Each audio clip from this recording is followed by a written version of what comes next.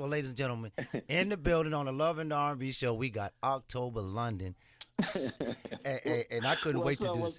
Hey, man, I couldn't wait to do this interview. Honestly, man, you know, I'm from the old school, but listen to how much you held down and merged what's going on now with what's been going on in the past. It's been a blast to watch, my brother. And I'm sitting here. We play your songs all day long on my show. You know, I make sure I keep an October London joint in rotation at all times because it's just holding on to what's dear to me, man. You started out. Let's get right into it, man. You started out on Death Row Records, right? How did you get discovered by Snoop? How did Snoop Dogg find you, man? Yeah. I started and still on Death Row, obviously, man. So I started with Death Row through. I met Snoop through Jazzy Faye. A friend of mine knew a friend that knew Jazzy Faye, and I got some of my music to him.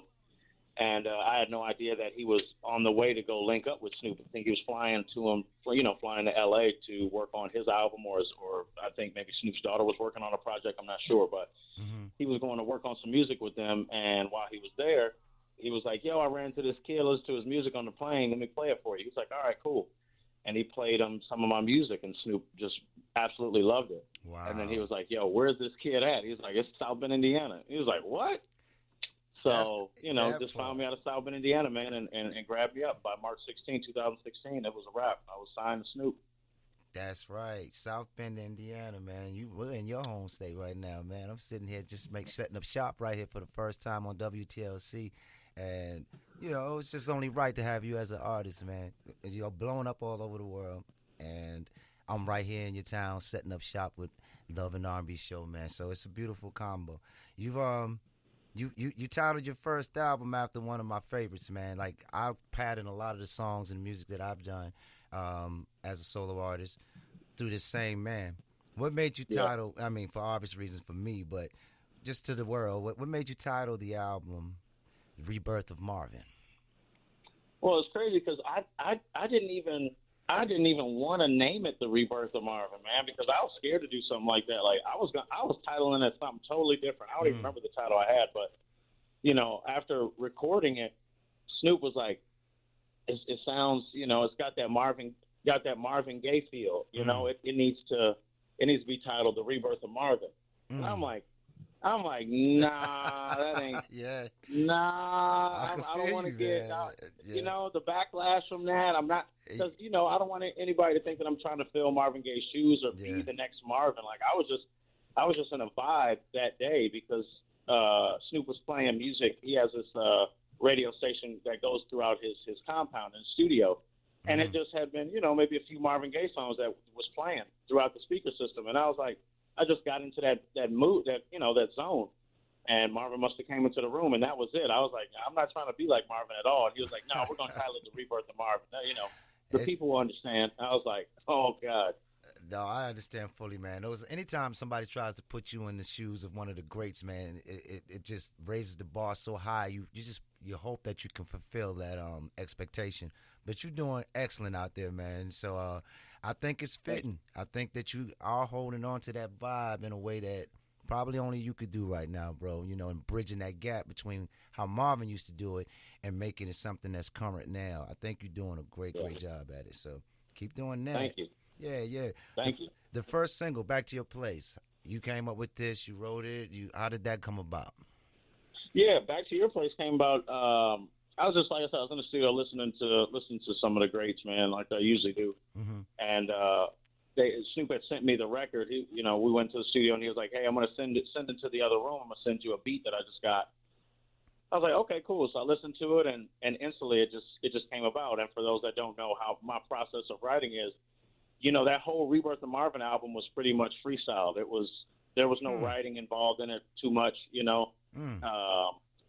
so when Back to Your Place, when the beat started playing, I usually give myself about 30 to 45 seconds to come up with a hook and then transition into the verses. And I had the hook within 30 seconds, and it just happened like that.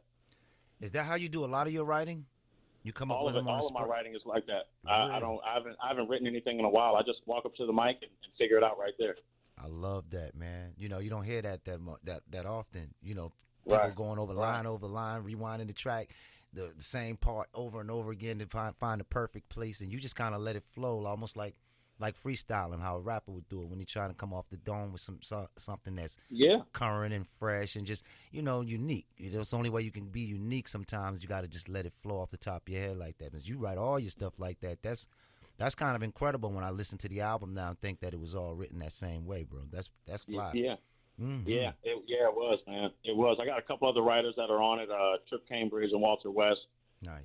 Tina Nassar, a few people that are in my circle that, come to the studio, hang out, and just throw some lines out here and there. But, yeah, about 90% of the album was just really off the dome and just trying to figure out where I was going to go next in the song and all that kind of stuff. So, and that album was done in a week. Wow. Now, see, that's another thing that's blowing right now. It was done in a week, bro? For real? Yeah, it was done in a week, and I record. I'm my own engineer. I mix. I master. I get the cover art done. I do all that stuff, and all that was done in a week. Look at you, man! I'm becoming more and more a fan as this interview goes along. You are, you're really doing it, man. I mean, I've already loved the style and where you was coming from, but the way I'm hearing how you create, it's like you are really into the craft and the art of being an R&B artist. Just a writer, singer of black music. It seems like the way that you're approaching it is definitely cutting edge, man, and I can appreciate it all the way. Thank you. Let me ask you about the new single, Mulholland Drive. Where's that come from? What's that about? Yeah, Mulholland Drive, man, is definitely one of my favorites. That's the second single. That's featuring LaToya Williams on it. Mm-hmm. That song was actually I wrote the second verse for Shaka Khan because she was in the studio the day that I was recording Mulholland Drive. Wow. And she was doing like 3 other records, so she didn't have time to really get on it. But that was supposed to be Shaka on the second verse. Ooh-wee. But Mulholland Drive was, it's one of them songs, man. Mulholland Drive is for those that don't know, is in L.A. And, it's a street that everybody goes and chills and hangs out. Sometimes they just pull over and just see the sights. And that was just kind of a place where I can be, tranquil and I could chill out and get my mind right. And then, that's where that song came from. I got a lot of more October London coming up, so don't you move. That was Luther Vandross and Cheryl Lynn, If This World Was Mine, right here inside the Love and R&B Lounge. Here's the rest of my October London interview. I was just out on the Tom Joyner Fantastic Voyage, and she came out there and did a set and killed it. She sounded beautiful, man. It looked beautiful. She was an epitome of just holding it down like a black queen that's been around and influencing the culture and music and for years. And just to see that you're still collaborating, she's still doing things with some of the even current artists like yourself, man, is still out there and relevant right now. It's just a beautiful thing to see you guys uplift the old school like that and keep all of that a part of what you do, man. I appreciate that as well. Man, thank you. We got October London in the building, y'all, huh? Right here inside the Love and R&B Lounge with Ralph Tresvant. It's a beautiful thing, bro. You about to go out on tour, right? Yeah, I'm going out on tour, man. It starts September 14th through, I think, October 29th. So we'll be on the road for quite some time, but I'm going out with Maxwell and Jasmine Sullivan. That's right. And you'll be here in Indy on October 9th. To be exact, looking at it now, it's like, you're going to be right here back home on October 9th. I'm sure you played here, but since you've been out there as a major artist, have you had time to play home much? No, not really, man. I've been trying to get a show in at home, but I haven't been able to do it because I'm just moving around so much. I just been shooting videos. I just left from LA. I shot a video with Boney James, obviously big legendary jazz artist Boney James. He's got a single coming out with me. I've been recording with Ghostface Killah. I was just on that. That just went #1 on iTunes. My God. I just did a record with Busta Rhymes for his Flip Mode album, and then me and him did a record for my album. I got Busta on the album.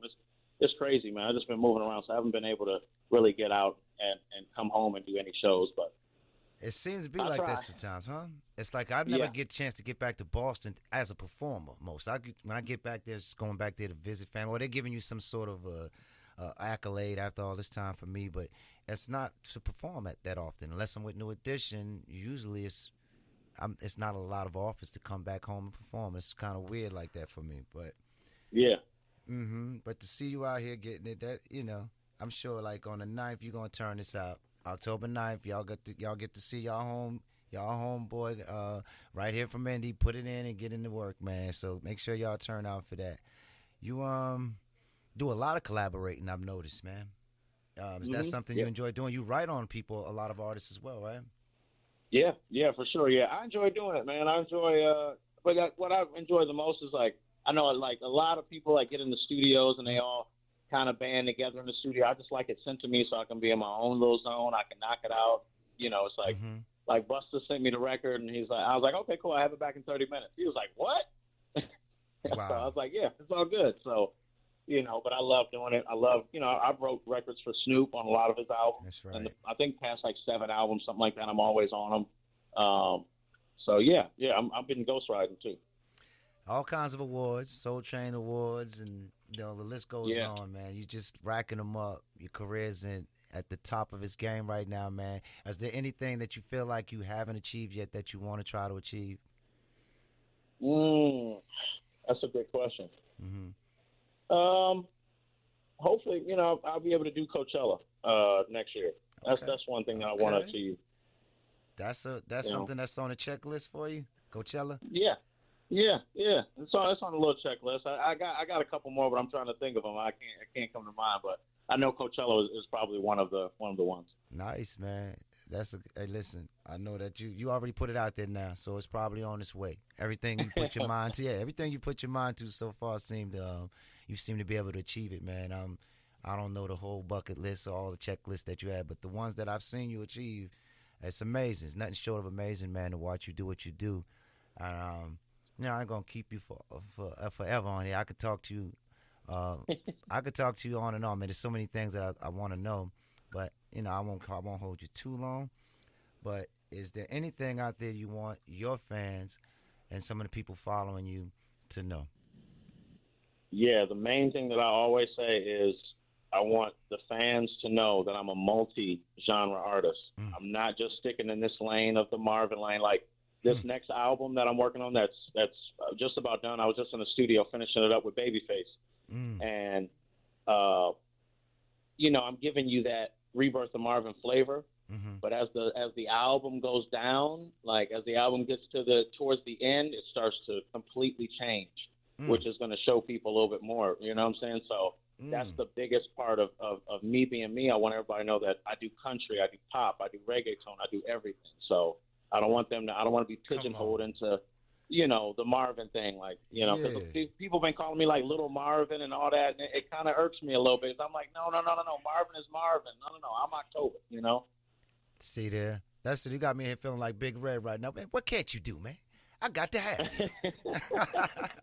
I love it, man. You work right now. Yeah, right outside, right now. Yeah, that's how I'm feeling right now, bro. You just really impressing me with this interview, and then just getting more insight about who you are, what you're doing, and how you do it. Have just raised the bar for me in a real way. And I know you're going to be around for many, many more years to come. Thank you. Yeah, keep doing it, and hopefully I'll get a chance to get in the lab with you one day, man, and do something. That'd be nice, you know. Most definitely. Well, we're close. I'm only a couple hours from you, so it can happen, man. I'm already putting it out there. You see what I'm doing? Let's go. I appreciate you calling, Fam Bam. It's October. Listen, where can everybody follow you on social media so they can keep up with you and what you're doing? Yeah, for sure. Yeah, if you want to go listen to me, obviously Spotify and iTunes, Amazon Music, all that. But if you want to follow me on social media, my X, or I'm so used to calling it Twitter, now I got to call it X since Elon changed it. But on X, it's at October the King, and on Instagram, it's at October the King. Y'all heard it from the man himself, October London. Still doing big things, got big plans for the future, man. I really appreciate you reaching out today and hanging out with us inside the Love and R&B Lounge, family. We spend you all the time, and trust me, we're going to continue to do that because you're doing great things and you make great music, bro. So keep it up. Thank you. And I look forward to seeing you evolve into all these new phases that you're getting ready to expose to the public. I think that we're all looking forward to it. Thank you, bro. I appreciate you having me on, man. You already know. October London with Robert Tresvant inside the Love and R&B Lounge, 106.7 WTLC. Keep it locked, family.